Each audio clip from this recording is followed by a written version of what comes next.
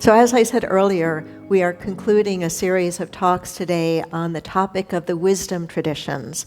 And we began our journey by looking at Christianity, specifically looking at the mystical heart of Christianity, the mysticism within Christianity beyond the dogma, true mystical Christianity, not churchianity, and there is a world of difference between the two. And then we looked at the Eastern paths to awakening. We looked at Hinduism and Buddhism and Taoism, just touching upon some of the core concepts in those traditions. And then last Sunday we looked at indigenous wisdom and earth spirituality, and appreciating in each of these times of looking together, seeing something of our own roots and beliefs and practices in unity. And today we're going to be concluding with what I'm calling synthesizing the sacred, and looking at a universal spirituality for the 21st century. As I was going back over my notes just yesterday, I thought, let me share with the congregation some statistics about where people are today in their religious quest, in their religious practices, so to speak. It's no surprise probably to many of you that many churches are experiencing a significant decline in their memberships, a decline that started to happen even before COVID, even before our need to separate and to isolate because of the pandemic. And I think there are definite reasons for it. Religion has done a lot, I think, to cause confusion and harm among many people. For many people, it has seemed to become irrelevant or too divisive or too hypocritical.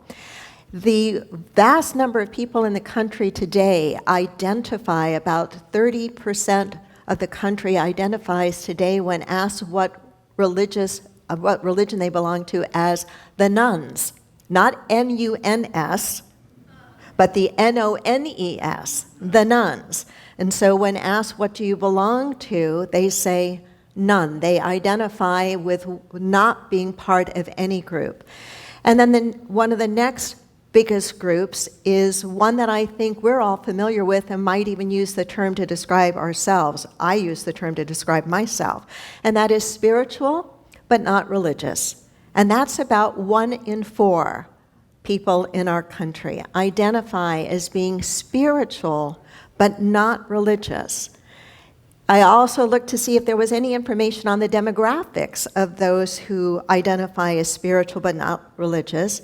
And according to some of the research, the political affiliation of those who tend to identify as spiritual but not religious are primarily independents, about 32%, Democrats about 41%, and Republicans about 28%. It also, those who identify as spiritual but not religious are really found across all different age groups.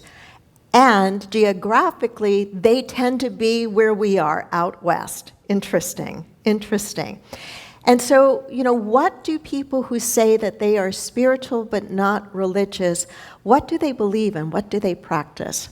And so this is not coming just from me. This is coming from some of the research, like from Pew Research and so forth. And I'm going to share just a little bit of this with you and kind of nod your head or see if this does not also describe perhaps where you are. A belief in a higher power. Existence of soul or spirit. That there are spiritual forces beyond just the natural world. That you might hold some alternative beliefs, perhaps as an example, a belief in reincarnation. That your spiritual practices tend to be informal and very personal and not ritualistic. Yeah. How about this? What you don't believe in, or what you don't agree with, or what you reject. Organize religion as an institution. Your volume got up. Mine too. A deep distrust of religious institutions, often viewing them as rigid, dogmatic, or hypocritical. Dogma and doctrine. Formal religious practices, probably. Seldom or never attend religious services. I don't know whether you call this a religious service or not, but if you do attend, you don't attend because you feel you have to, right? Am I right? You attend because you want to. You want to. There's a big difference there. And, right, and no punishment if you don't show up. Right? No punishment. Darn it. And we could fill the room if I could convince you that you were going to go someplace unpleasant if you didn't come here on a regular basis. But unity is not founded on that. So anyway, I just wanted to share a little bit with you to kind of put in context what's shifting and changing, I think, in our country. But what I don't think is changing is that there is a need, a very natural need, in all of us, a need for connecting, a need for belonging, a sense that there really is something bigger, deeper, grander than simply us. And that to me is what causes us at some point in our life, if we didn't grow up with it, causes us at some point in our life to go searching, to find something that kind of satisfies that sense of longing for something deeper, broader, grander. That sense of longing to connect and realize that we are really one with the all of it all. And so while religion doesn't do that for the vast majority of people anymore, what is still left is this, I'm going to call it a need. Just like we have a need for food, we have a need for water, we have a need for comfort, we have a need for a roof over our heads, we also have a need for this kind of belonging. I heard someone call it the longing to belong. Isn't that a beautiful thought? The longing to belong. And so as I wrap this lesson up today, or this series up today, I want to share with you 5 elements that I think are part of synthesizing the sacred in our everyday lives. 5 elements that are about synthesizing the sacred in our everyday lives. And in this synthesizing of the sacred, I think we wouldn't be too far afield to say we're describing some sort of a universal spirituality, something that speaks to that longing of the heart, that longing of the soul. And so I'm going to tell you what the 5 are, and then I'll talk a little bit about each of them. The first is the idea of universal truths, truths with a capital T. The second, the understanding of the perennial philosophy. The third is what we would call direct experience. The fourth is the idea of radical inclusivity. And the 5th is the idea of a global consciousness. So those are the 5 I want to touch upon now. The first being a universal truths. What are they? What are universal truths?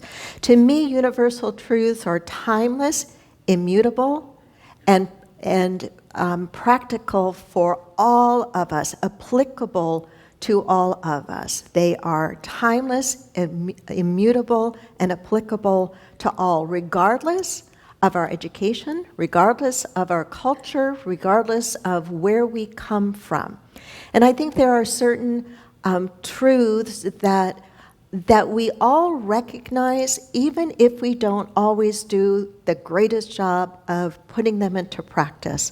And it's what I've talked about in one form or another in each of the lessons, the heart of our religious traditions. When we get to the real heart of them, we find so much more in common than we find to be different. To me, some of the universal truths are these: the oneness of all, the all of it all, the oneness that there is one ultimate reality out of which everything that exists comes. We call that ultimate reality by different names. And we find or experience that ultimate reality through different paths. The problem becomes when we get more identified and rigidly hold on to the names and the paths, thinking that our name and our path is the one and only right one. That's where we get into all sorts of problems and difficulties. And yet, there is an ultimate reality, an ultimate sense or ground of being from which everything that is comes. The second is the idea of the fact that we are an expression of that. That whatever that is, we are a part of that. In unity, we call it the divinity within, but that's not the only way we could name it. It is the recognition that we come out of that oneness, and all that that oneness is resides in us as well. And it resides in us not because we put it there, but it is the essence, the inherency of who and what we are. Another perennial truth, or another universal truth, I would say, in this spirituality is the idea that there is a link between what we think, what we do, what we put out, and what comes back to us. We might call it in metaphysics the law of cause and effect, or the law of the mental equivalent is another way we say it in our teaching. But in other paths and traditions, it's referred to as karma. But it's the same essential idea. And another truth is a truth of the power of love. You go to the heart of any of the world's religions and traditions, and you're going to find the supremacy of the power of the force of true love, that it is the highest spiritual force. These truths are universal because they resonate with the deepest longings and insights of the human heart across all ages and all time. It's why we call them universal. That's why they earn the title, if you will, of truth.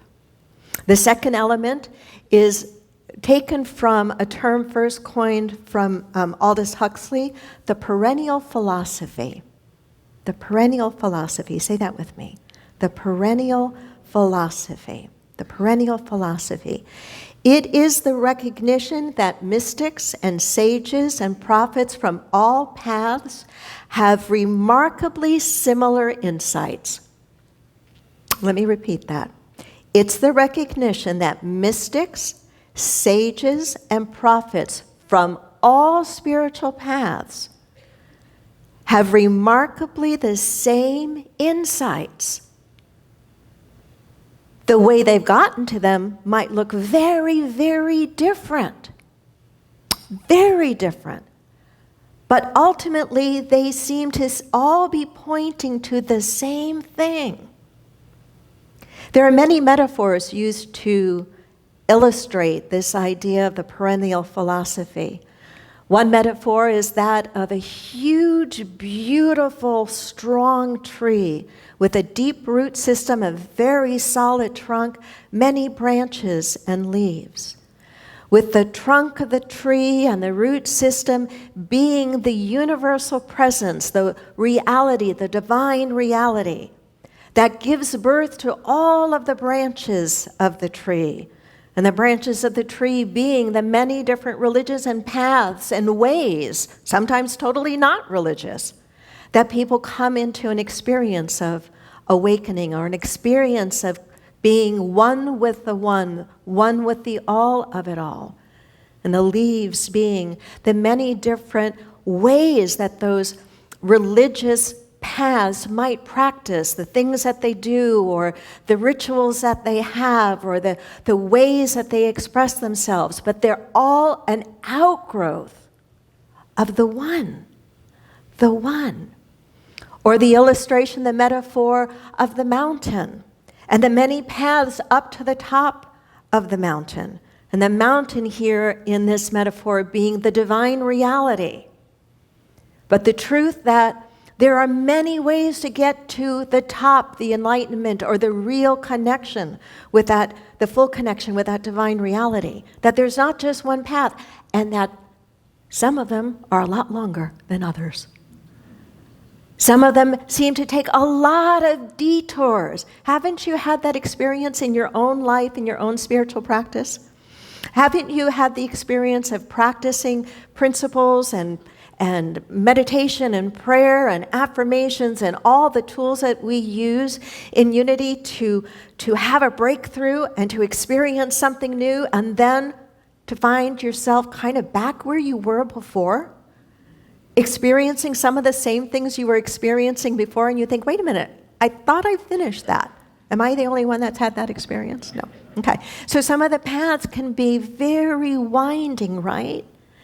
And we get ourselves in trouble, and we cause each other unnecessary harm. We cause fights at the Thanksgiving dinner table. When we insist that our way up the mountain is the right way. Jesus had something to say about that. When he sent his disciples out, he sent them out by twos. And he was smart. He didn't want them, I believe, he didn't want them to have to deal with it all by themselves. He sent them out by twos to share his message, something about what he stood for. And he said, when you go into a town, share. But if you are not received there, shake the dust off your feet and leave. So he was, I believe, about sharing what the teaching is. In our case, it would be not being afraid to share about what we think, what we believe, what we practice spiritually. Because remember, there is a natural hunger that we all have for this. So not to be afraid or reluctant to share it, but to also be emotionally and spiritually mature enough to recognize when it's not being received. And not to make the person wrong for not receiving it, to do metaphorically what Jesus said, to shake the dust off your feet and leave. He didn't say dig your heels in and stay. He didn't say go make an argument. Share, but then let it go. Let it be. The perennial philosophy is a big tent, if you will. It says, I don't care how you come to me, just come. I don't care what path you're on. Be on that path. Do the work of that path. And you will eventually come to the top of the mountain, and there you will see everything so much more clearly. Does that make sense? Jim, I'm thinking of you, and when I began this series, you were here that Sunday on the mystical arm of Christianity, mystical heart of Christianity, and you shared with me and gave me a copy of John Fugelsang's book, Separation of Church and Hate. Separation of Church and Hate. And I recommended it to you, and I recommend it to you again. I've been listening to it, and oh my gosh, if you are going to be spending Thanksgiving or the holidays with anybody in your family who has a very different religious view than you do, you might find that book really helpful. There's some really, really good... I can't search for videos on Apple Watch. Thank you, Siri. I wasn't asking you to. Anyway, you'll find it really insightful and helpful, and I didn't know I had her on. Insightful, helpful, and very, very validating to just create this spaciousness, to allow people to be, and yourself, to be where you are in your path of understanding. I said that there were 5. The third is direct experience, knowing versus believing. And here's where I think there is one of many very real breaks with what we believe and practice in Unity and what is still practiced, I think, in a lot of Christianity and a lot of church. And that is, we're not about just believing something because somebody standing up in front of you says you have to believe X, Y, and Z. We really are about direct experience, not just believing, but actually knowing. And we know by direct experience. What direct experience refers to is a personal, unmediated encounter with the divine. a personal, unmediated encounter with the divine. It's what happens to you when you are, this isn't the only time or way it can happen. It can happen when you're in meditation and quiet, and all of a sudden what we call the veil of unknowing drops, and you experience that real connection with the infinite. You probably can't put it into words, and probably the moment that you touch it, if you're as human as I am, the moment that you touch it, you want to hold it. And the moment you want to hold it is the moment it disappears again. Does this make any sense to those of you who've had it? It's that moment of breaking through, of really recognizing that you are one with the all of it. And nobody can do that for you. It's not something you get because somebody told you if you believe these things, you're going to get it. You experience it, I believe, as a result of spiritual practices that you make a consistent part of your life. Practices in unity, the practices that we use are practices of meditation and contemplation, practices of affirmative prayer, practices of mindfulness as we go about the routines of our days. But the direct experience, the direct knowing, it's the difference between knowing someone and knowing about someone. You and I can know about our favorite singers or stars or sports heroes or celebrities, and we might find that very, very interesting and fun. But there's a world of difference between knowing about someone and knowing someone, right? Knowing someone, to know someone, you have a direct, real experience of them. You have an encounter with them. And chances are very good that when you really know someone, you know them because over time, you've deepened your connections with them, your encounters with them. So you know them. You don't just know about them.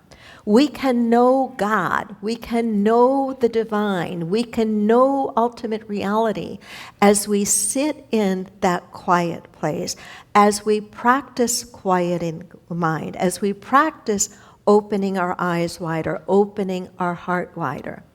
It's the difference as well between reading a menu and the wonderful description of the food that you're about to eat and the beautiful pictures of that food and actually having the meal. They're not the same thing. Would you not agree?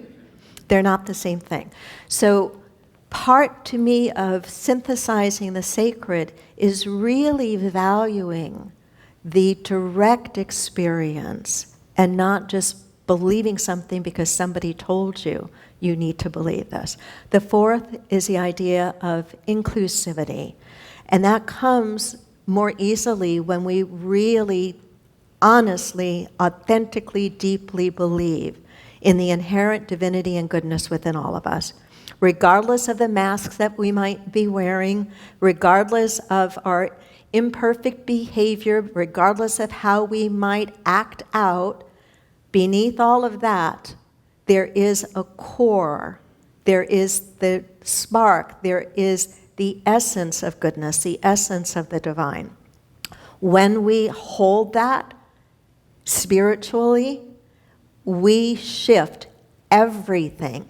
When we really understand that, we no longer feel the need to make another be like us. When we get that, we are all about doing what we can individually to let that light of our own brightness shine more fully. And in the shining of that brightness, oftentimes what happens is others then become curious. What is it that you're doing? What is it that you're believing? How is it that you seem to be able to move through life with a certain grace and certain ease? Does that make sense? I hope so. And then the very last idea is the idea of globalness or global consciousness. It's another way of saying, I am you and you are me. I am not my brother's keeper. You are not your brother's keeper. We are our brother.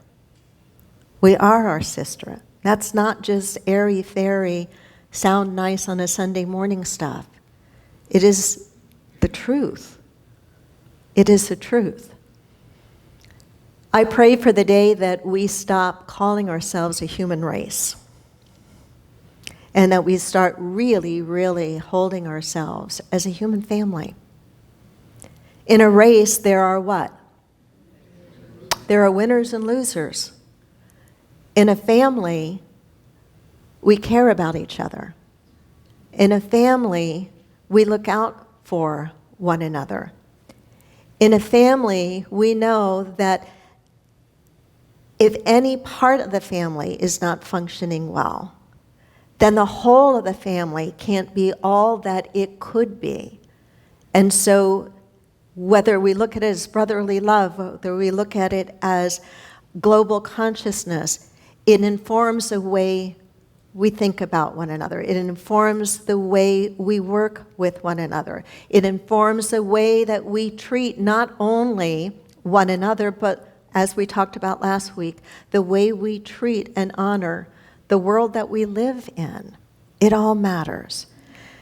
And so bringing it back to this idea of synthesizing the sacred, to me, is about developing and deepening our way of being in the world that is grounded in spiritual understanding.